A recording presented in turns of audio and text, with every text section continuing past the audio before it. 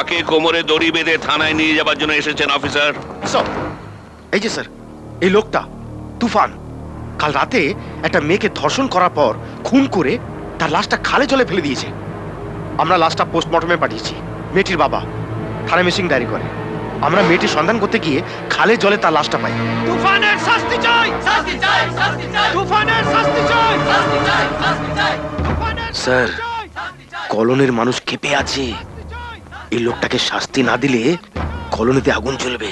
আগুন? সেই আগুন জ্বালানোর জন্য তো আপনি এইখানে এসেছেন ইন্সপেক্টর।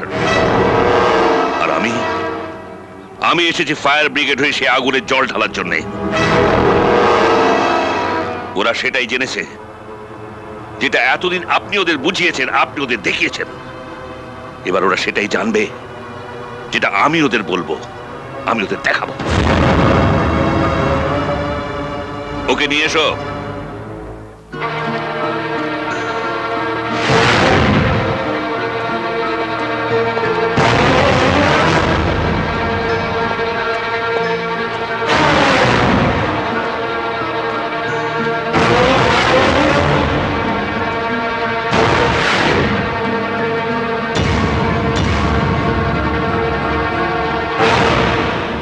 এই মেয়েটির লাশই তো আপনি পোস্টমর্টমে পাঠিয়েছেন, তাই না? সব সত্যিটা এদের সামনে বলো। আমার বাবা ভীষণ অসুস্থ, হাসপাতালে ভর্তি করতে পারছিলাম না। অবিনাশ বাবাকে হাসপাতালে ভর্তি করে দেয়, আর সেই মিথ্যে গল্পের আড়ালে তুফানের বাড়িতে রাতে আশ্রয় নিতে বলে।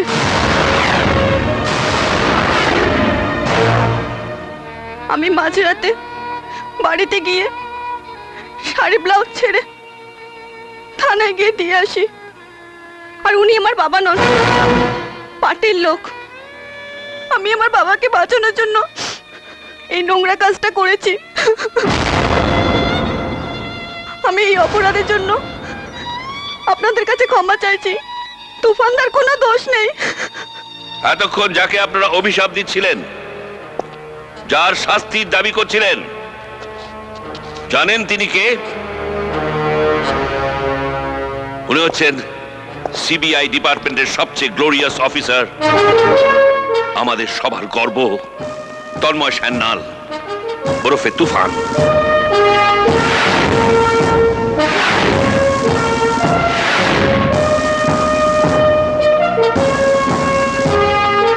যে পরিমল ঘোষের খুনের ইনভেস্টিগেশনের জন্য দিল্লি থেকে এখানে এসেছেন।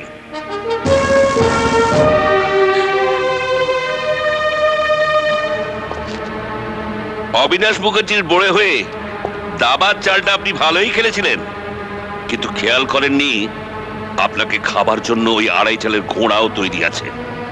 ইন্সপেক্টর প্রতাপ মণ্ডল একজন পুলিশ অফিসার হয়ে আর একজন সিনিয়র অফিসারকে পাবলিকের সামনে অপদস্থ করার জন্য, তার বিরুদ্ধে মিথ্যে চার্জ এনে তাকে ফাঁসানোর জন্য, পরিমল ঘোষের খুনের কেসটা চাপা দেওয়ার জন্য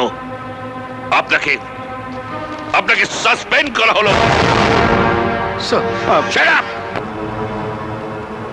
তন্ময়, এনকাউন্টারে শুধু ক্রিমিনালদের মারলেই ক্রাইম শেষ হয়ে যায় না। এই সমস্ত করাপ্ট অফিসারদের এনকাউন্টারে শেষ করে নিজের ঘরটাকে ঠিক রাখতে হয়। স্যার,